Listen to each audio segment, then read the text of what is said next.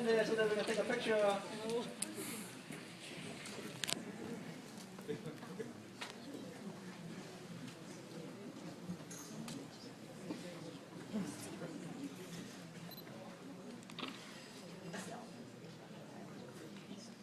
Okay, tell us who you are.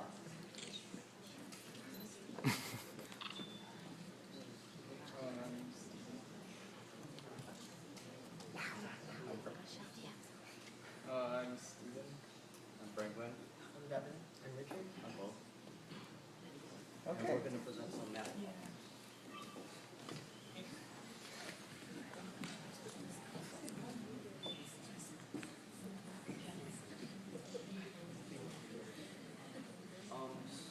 So starting off, we're going to present a fairly simple combinatorics problem. Find the number of ways to arrange 4 A's and 8 B's in a circle where the A's are indistinguishable and where the B's are indistinguishable. So think about if we were to arrange the A's and B's in a line, there would be 12 choose 4 ways, which is 495 of 12 letter sequences of 4 A's and 8 B's. And now, what happens when we have a circle? Well, we just divide by 12 to get rid of all the repeats. But if we take dividing by 12, we have a non-integer one. Okay, so when we put the objects in the circle, dividing by 12 only works for if each of those 12 sequences, they're all different. But some of the arrangements have repeating patterns in this, so we over-divided the patterns when we divided by 12.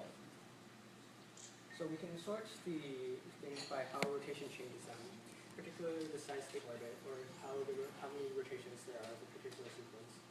There are three three-letter sequences of 1A and 2B's, A, B, B, B, B, A, and B, A, B. And then if you repeat these three-letter sequences 4 times, you create a 12-letter sequence. And then 3 of these 12-letter sequences have orbits of size 3. So if you divide by 12, you've over-divided. So you divide by 3 since the orbit is size 3. So there's only really one 12-letter sequence in circle that has this type of, that has an orbit of size 3. Similarly, there are 6 choose true, or 15 number of 6-letter sequences of 2 A's and 4 B's. And repeating these 6-letter sequences twice creates a 12-letter sequence. Then we have 15 12-letter sequences with orbits of size 3 or 6. And since we already counted the orbits with size 3, we do 15 minus 3 because there are 3 sequences with orbits of size 3. And then we divide by 6 since the orbit is of size 6. So there are 2 12-letter words with an orbit of size 6. Then we go back to the original 495 12-letter sequences. And then we take out the 15 sequences that we considered individually. And then from the 480 others, we divide by 12, which gives us 40 circular words. And then we add back the 2 special cases, which have a total of 3. So we have 40 plus 3, or 43 total words.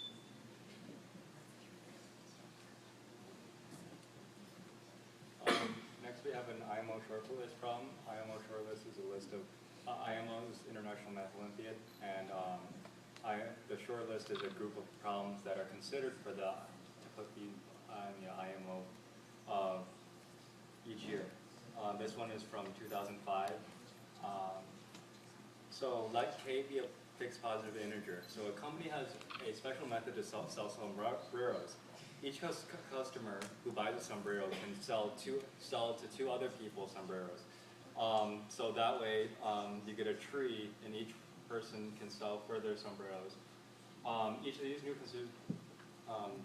of these new customers can also sell to and will continue to sell to. However, if a person convinced some K number of people to buy sombrero, then that person wins in free instructional videos. This problem asks to prove that if N total people bought sombreros, to prove that at most N over K plus 2 of them got videos. This is sort of a tree, so you have one person who bought a sombrero, and then he convinced 2 other people to buy sombreros, and each of those 2 people convinced 2 other people, and so on, all the way down. And if you could look at the diagram, both 1, 2, 3, 4, 5, 6, and 7, if K equals 3, would have received videos. Suppose some n number of people receive videos.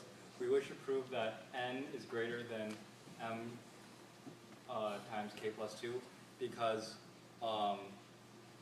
we want to prove that the number of videos given out is greater than this on the previous slide. So that n over k plus 2 is greater than